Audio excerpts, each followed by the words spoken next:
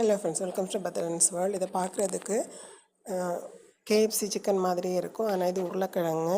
இதை எப்படி பண்ணுறதுன்னு பார்க்கலாம். ஃபஸ்ட்டு வந்து 2 உருளைக்கிழங்கை பீல் பண்ணி எடுத்துக்கலாம். அதை வந்து ஃப்ரெஞ்சு ஃப்ரைஸ் மாதிரி கட் பண்ணி எடுத்துக்கலாம். ரொம்ப தடியாவில் ரொம்ப நைஸாக இல்லாமல் அதை வந்து தனித்த தண்ணியில் போட்டுக்கலாம். அதாவது ஃப்ரிட்ஜில் இருந்த தண்ணி.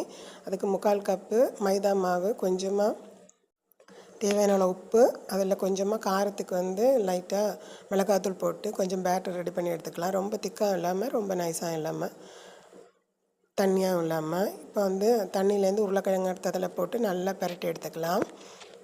இப்போ வந்து ஒரு தட்டில் வந்து மைதா மாவு வச்சுருக்கிறேன். அந்த மைதா மாவில் பேட்டரில் இந்த உருளைக்கிழங்கு எடுத்து மைதா மாவில் நல்லா பெரட்டி அதை வந்து லைட்டாக தட்டிக்கணும். எக்ஸ்ட்ரா மைதா மாவு போகிறதுக்கு அதை வந்து ஃப்ரை பண்ணி எடுக்கணும். ஃப்ரை பண்ணி எடுக்கும்போது கரெக்டாக அதோட டெக்ஸ்டர் பார்க்குறதுக்கு கேஎஃப்சி சிக்கன் மாதிரியே இருக்கும். டேஸ்ட்டும் நல்ல பிரமாதமாக இருக்கும். ரொம்ப நேரம் அது கிறிஸ்பாகவே இருக்கும்.